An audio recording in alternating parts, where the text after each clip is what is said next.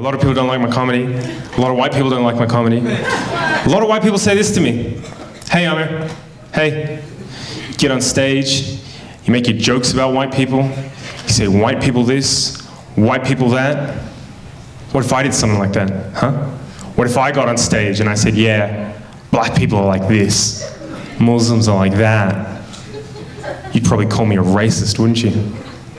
And I say, yeah, I would. Yeah, you should never do that. That's bad for your health. They're like, well, you do that, Aamer. You do that. You get on stage. You make your jokes about white people. Don't you think that's a kind of racism? Don't you think that's dun dun dun? Reverse racism.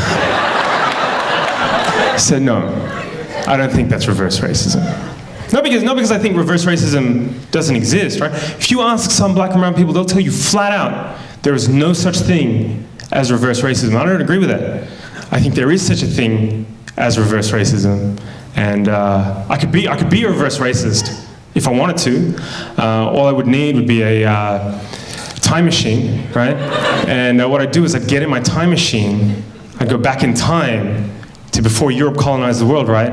And I'd convince the leaders of Africa, Asia, the Middle East, Central and South America to invade and colonize Europe, right? Just occupy them, steal their land and resources, set up some kind of like, I don't know, trans-Asian slave trade where we exported white people to work on giant rice plantations in China.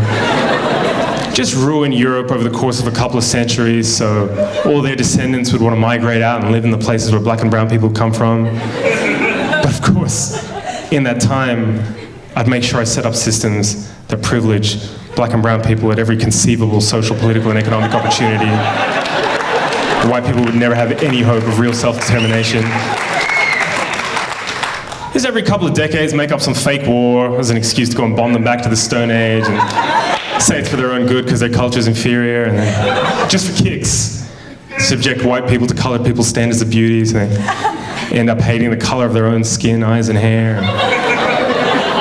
If, after hundreds and hundreds and hundreds of years of that, I got on stage at a comedy show and said, hey, what's the deal with white people?